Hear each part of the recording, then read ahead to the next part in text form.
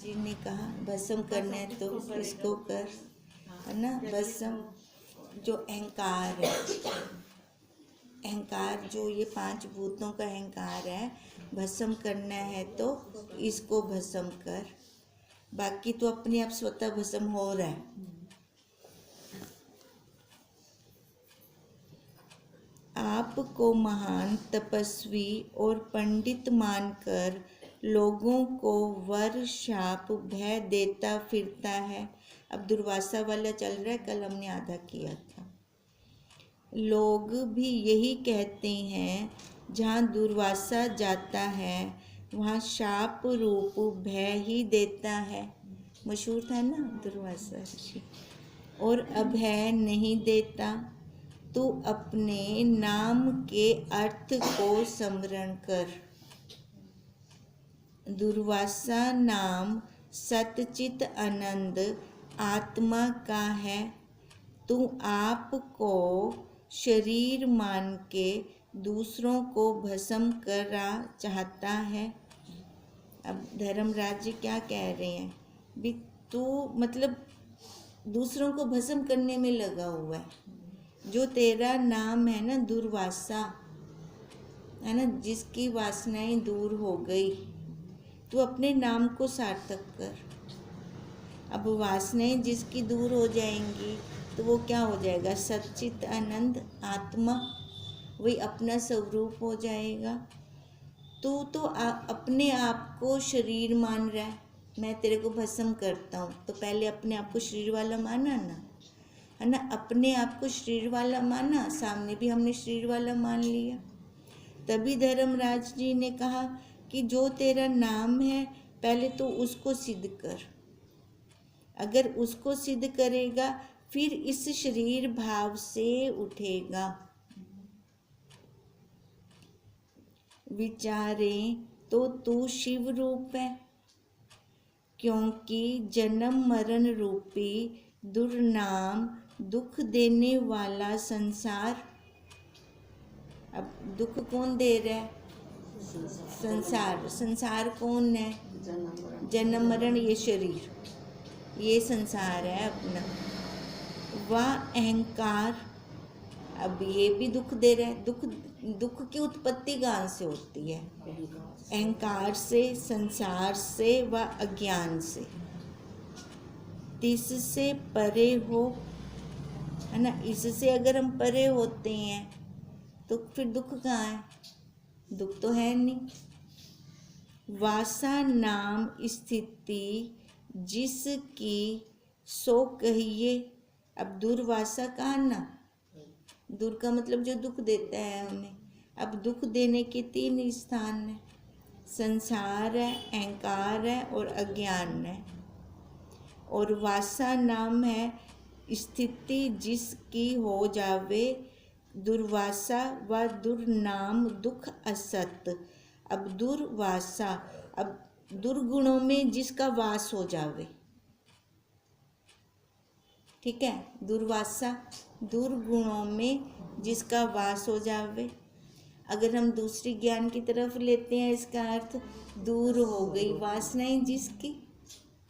दोनों निकल रहे हैं इसके अर्थ। तभी वो कह रहे हैं दुर्वासा ऋषि को, तू अपने नाम को ना सार्थक कर। अगर अपनी वासनाओं में, इच्छाओं में रहेंगे तो हमारा नाम सार्थक थोड़ी होगा, कोई याद भी नहीं रखेगा हमें। स्थिति जिसकी है वही नाम दुर्वासा व दुर्नाम दुख असत जड़ माया विकार रूप संसार का है। तिससे उल्टा सत चित आनंद अमाया असरूप करके होवे निवास जिसका, सो कहिए दुर्वासा। दोनों अर्थ बता दिए, है ना। अब दोनों अर्थ बताने का क्या मतलब है, भी साथ में ये भी कहा कि अपने नाम को सार्थक कर। अपना नाम सार्थक कहाँ होगा, जब हम अपने सत्य में रुकेंगे। वह कठिनता करके होवे स्थिति जिसमें सो कहिए दुर्वासा, वह दुर नाम कठिन सहन जिसका।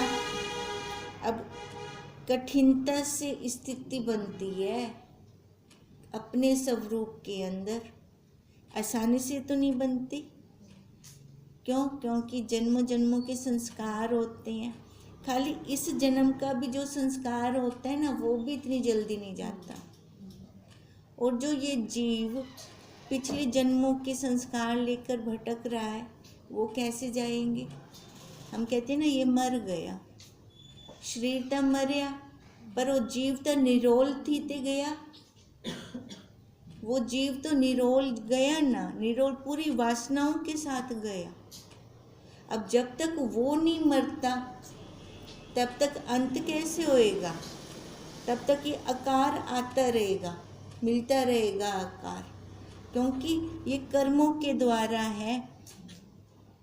वो जब सूक्ष्म में खत्म हो जाएगा, जिसका प्रांत काल आ जाएगा, वही बच जाएगा, दोबारा उसका जन्म नहीं होगा, जिसका प्रांत काल होगा। प्रांत काल किसको कहा था? जिसका सूक्ष्म खत्म हो जाए उसको प्रांत काल कहा था। अब वही कह रही हैं, ये दुर नाम है कठिन, है ना। दुर्वासा, अपने नाम को सार्थक करना कठिन है।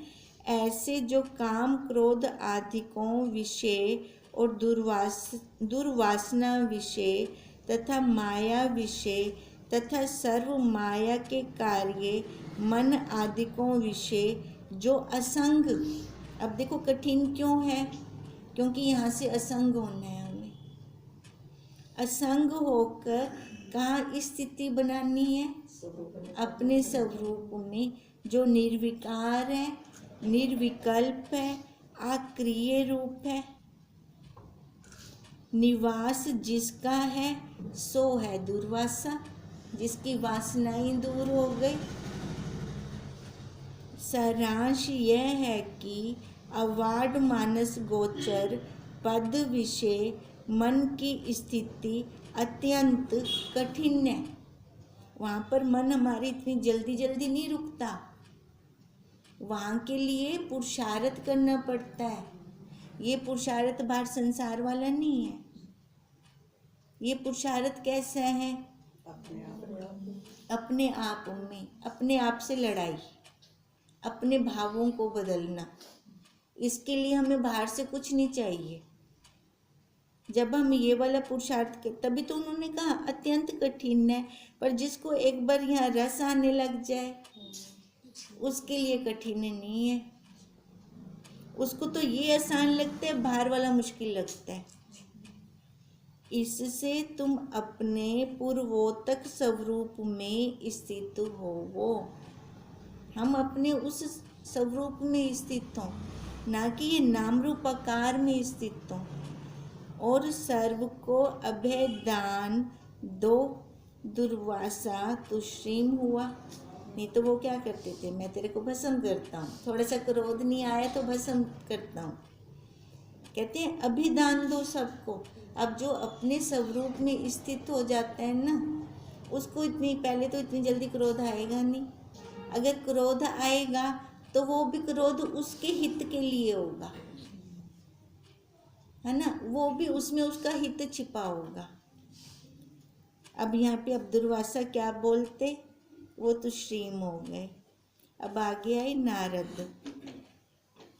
इतना कह उसी समय सभा में नारद आए और कहने लगे, जो भक्ति करेगा सोई काल के भय से छूटेगा, अन्यथा नहीं। यम किंकर ने कहा, भक्ति का स्वरूप कहो। उन्होंने कहा जो भक्ति करेगा, तो भक्ति का क्या स्वरूप है, किसकी करें? नारद ने कहा, आप सहित सर्व को हरि रूप सम्यक जानना, यही भक्ति है, यही भक्ति का स्वरूप है। यम किंकर ने कहा, हे नारद, तुम दूर सर्व स्थान में गमन करते रहते हो, सबसे उत्तम स्थान कौन सा है? जो वहाँ जाकर भक्ति की जाए। कहीं परमात्मा भी आपने देखा है कि नहीं, इसका भी वर्णन करो। अब वो नारद को ऐसे कह रहे हैं भी, हाँ भी कहाँ पर परमात्मा मिलेगा, सब जगह घूमते रहते, बताओ कहाँ है परमात्मा। नारद कहने लगे, हे साधो, मैं दशों दिशा फिरा हूँ, परंतु माया के कार्य रूप सर्व पंचभूत रूप ही सृष्टि दृष्टि आई है। इसके अलावा कुछ नहीं मिला मेरे को। कहीं भी इन 5 भूतों से पृथक सृष्टि दृष्टि नहीं आई। यही 5 ज्ञान इंद्रियां, 5 कर्म इंद्रियां, 5 प्राण, चतुष्टय अंतःकरण, यही श्रोत्र आदिक इंद्रियों के शब्द आदिक विषय और विषय इंद्रियों के संयोग वियोग जन्य सुख दुख सर्वत्र वैकुंठ आदिक स्थानों में भी सम ही दृष्टि आए। अब नारद जी क्या कह रहे हैं, यही सारा है ना, 5 भूतों का कार्य दिखाई दिया, माया रूप दिखा है मेरे को, और इनका क्या कार्य, सुख दुख है ना। कहते हैं स्वर्ग में भी मेरे को यही देखने को मिला है। काम क्रोध आदिक भी सर्वत्र न्यून अधिक भाव कर देखे हैं। कहीं जल का स्थान है, कहीं धातु में व पाषाण में मूर्ति का दर्शन है ना। यही है चारों तरफ से।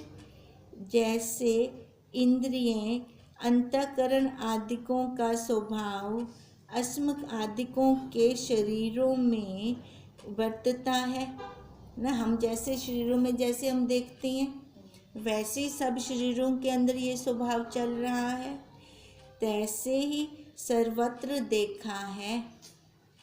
सारांश यह है कि स्त्री पुरुष आदि व्यवहार भी सर्वत्र एक सरीखा ही देखा है और सर्वत्र असत जड़ दुख रूप 5 भूत भौतिक सृष्टि ही देखने में आई है। अब उन्होंने कहा था ना नारद जी को, सब जगह घूमे हो, कहीं परमात्मा तो दिखा होगा। तो अब वो कह रहे परमात्मा कहीं नहीं दिखा, दिखने में क्या आ रही है, 5 भूत, ये माया, दिखने में ये माया ही है। कहूँ भी सत्य चित आनंद स्वरूप परमात्मा की मूर्ति देखने में नहीं आई, क्योंकि परमात्मा व्यापक सर्व के हृदय में बाहर कहाँ देखने में आवे। परमात्मा कहाँ है, अंदर है, सबके हृदय में, तो बाहर दिखने को तो नहीं मिलेगा ना। विचार रूप दिव्य दृष्टि से भी अंदर बाहर सर्व आत्मा ही भान होता है। अब देखो उसके अलावा और कुछ नहीं है। ये नारद जी ने कहा किंकर को, यम किंकर को, यम किंकर ने बोला ना भक्ति किसकी करूं, परमात्मा कहाँ मिलेगा, आपने तो सब जगह देखी है। अब नारद ने क्या कहा था कि वो सर्व जो सबके हृदयों के अंदर है वही, उसकी भक्ति कर। उसके बाद दोबारा क्वेश्चन किया था कि वो परमात्मा कहाँ मिलेगा, आपने देखा होगा है ना। तब नारद जी ने कहा देखने में क्या आया, 5 भूत माया, वो परमात्मा नहीं दिखा। परमात्मा सबके हृदय के अंदर है। मेरे को ये बात फिर तो बैठी है, मेरा भी दिल नहीं करता करेगा। कितने साल पहले बोली थी ये, 20-25 साल पहले ये महावाक्य है। हाँ, वो वैष्णो देवी ऊपर नहीं गए थे, हाँ, बस में बैठे रह गए थे जब, हाँ, तो वहाँ भी तो 5 भूत है।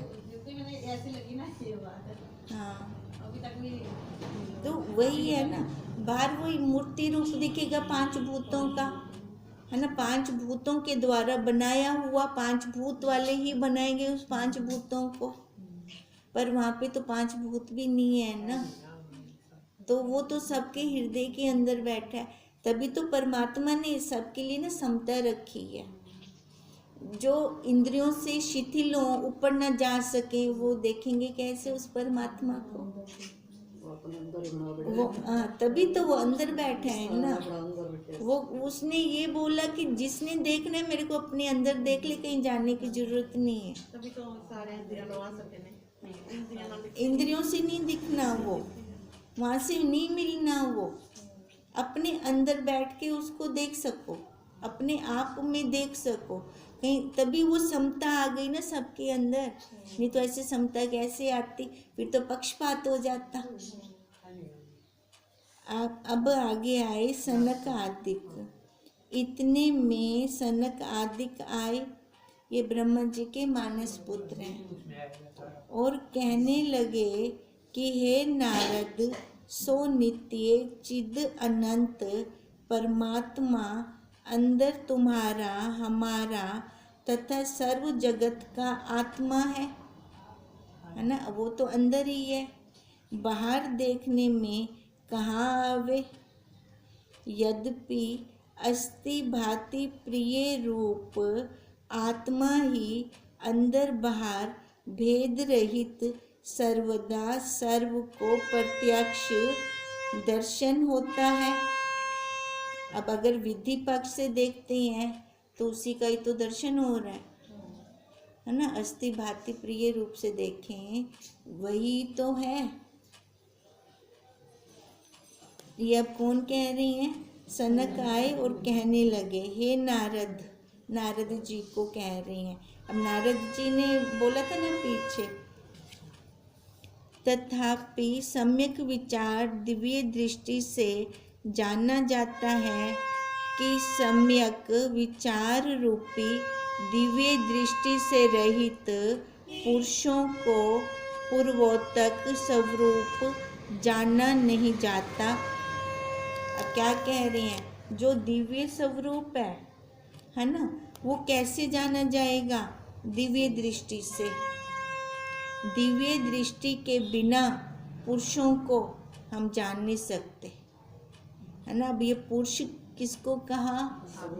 अपने स्वरूप को, अपने साक्षी को जानना नहीं जाता, किंतु मिथ्या नाम रूप माया तथा माया के कार्य असत जड़ दुख रूप प्रपंच का ही तिनको प्रत्यक्ष दर्शन होता है।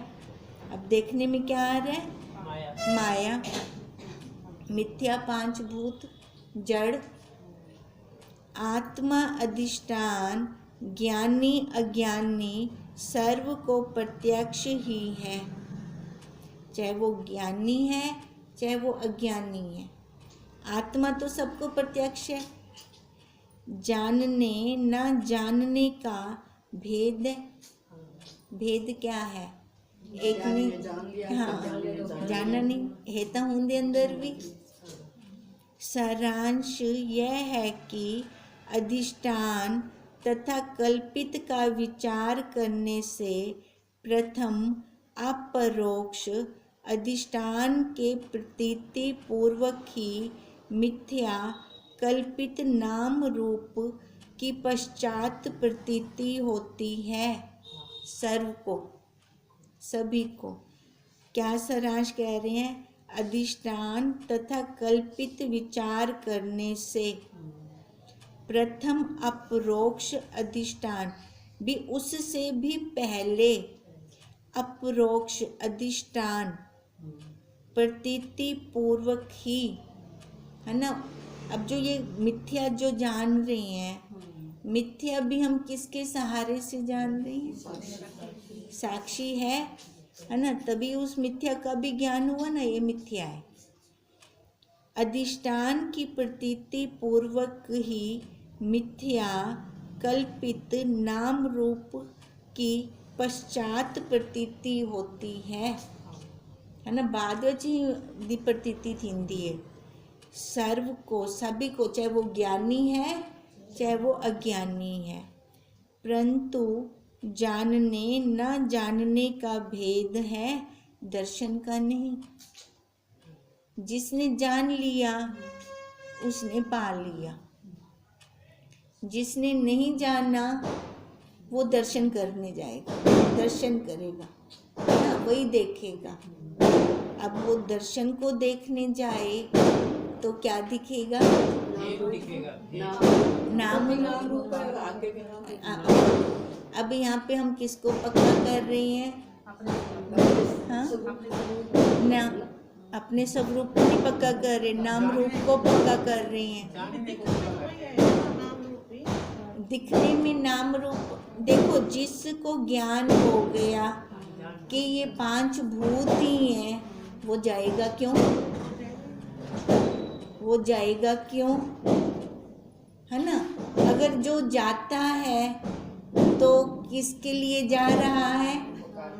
नाम रूप आकार के लिए। तो उसने किसको पक्का किया? आकार को।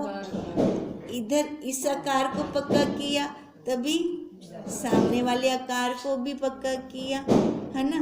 अब अगर तभी कहा ना, जानने ना जानने का भेद है ना। अब यहाँ पे अगर दृढ़ता हो जाए अपनी कि वो परमात्मा बाहर नहीं है, भीतर है। याद होगा जब विचार सागर दर्पण हमने शुरू में पढ़ा था, तब वहाँ पर ये बात स्पष्ट आई थी कि जो जिज्ञासु है, जो साधक है, जो विचार के रास्ते चल पड़ा है, उसको मुड़कर पीछे नहीं देखना। याद है? मुड़कर पीछे नहीं देखना। मुड़कर पीछे ना देखने का क्या मतलब था? आकार पे चलेगा तो आकार पे नहीं देखेगा। हाँ भी, अगर कोई आवाज कहते तू मेरे साथ मंदिर चल या मेरे साथ इधर चल, उधर नहीं जाना। हाँ, उसको रोकना है वहाँ पर, है ना। उधर बिल्कुल भी नहीं जाना। क्यों? क्योंकि वहाँ पर क्या पक्का हो रहा है? नाम रूप आकार पक्का हो रहा है। फिर इस नाम रूप आकार से उठना पॉसिबल नहीं है।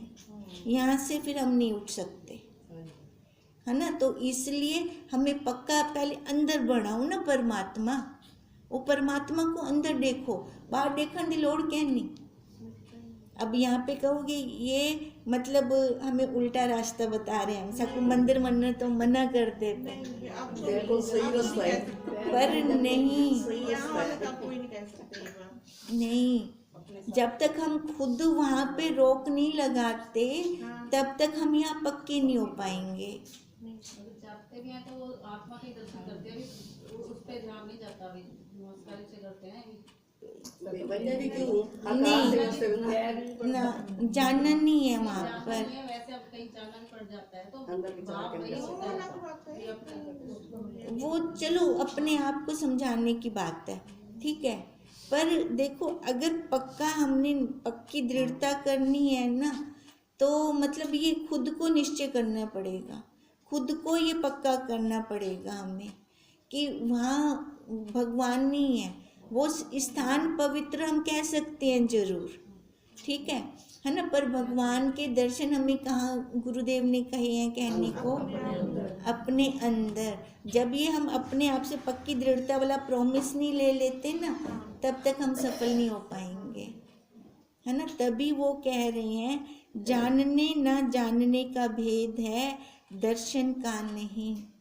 जैसे मधुरता, दृढ़ता, शीतलता रूप जल अधिष्ठान की प्रथम अपरोक्ष प्रतीति पूर्वक ही पश्चात, देखो पहले उस जल की हमें प्रतीति होगी, उसके बाद नाम रूप मिथ्या तरंगों आदि की प्रतीति होगी, है ना। सबसे पहले हमें क्या, किसके दर्शन होंगे?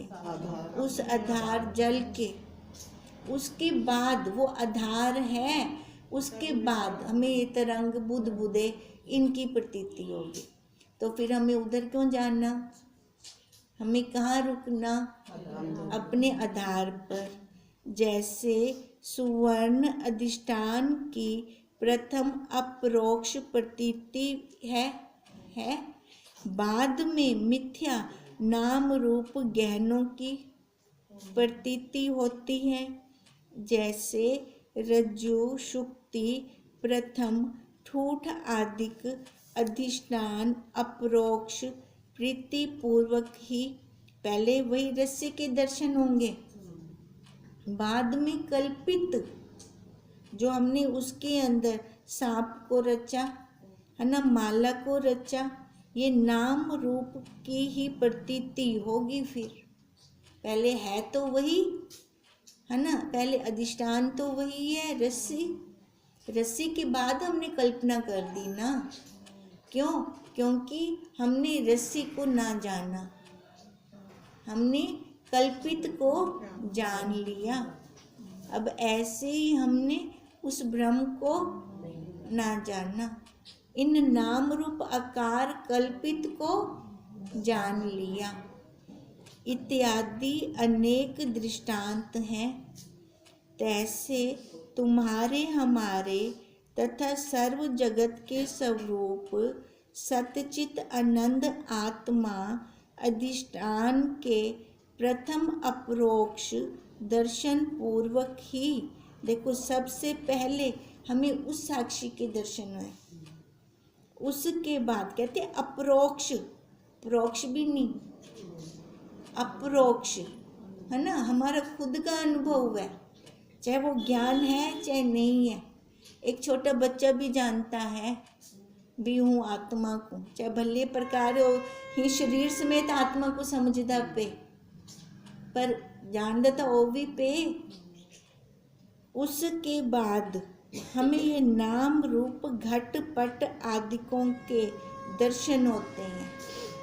पहले तो साक्षी के हुए ना, पूर्व अज्ञानी लोगों की दृष्टि से जहाँ कहीं नाम रूप प्रपंच का ही दर्शन कहा है, देखो उसके बाद अज्ञानी लोगों की दृष्टि से, अब अज्ञानी लोगों की दृष्टि से जहाँ कहीं नाम रूप प्रपंच का दर्शन कहा है। अब ये नाम रूप प्रपंच क्या हुआ?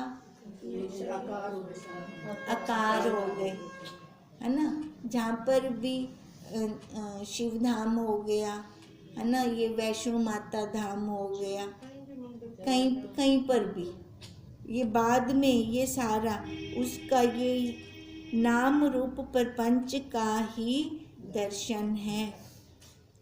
जैसे तू नारद को बाहर तलाश करे सो कहाँ मिले, किंतु नहीं मिले, क्योंकि नारद आप ठहरा ना, हाँ है भी नहीं ना, रद रद का दिता सारा को जापा, क्योंकि ना रद आप ठहरा। इससे हे सजनों देश काल वस्तु भेद रहित मन वाणी का अगोचर अपरोक्ष तुम्हारा हमारा साक्षी आत्मा है।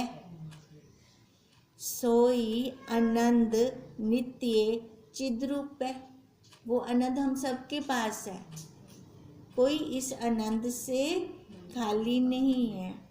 जो मन वाणी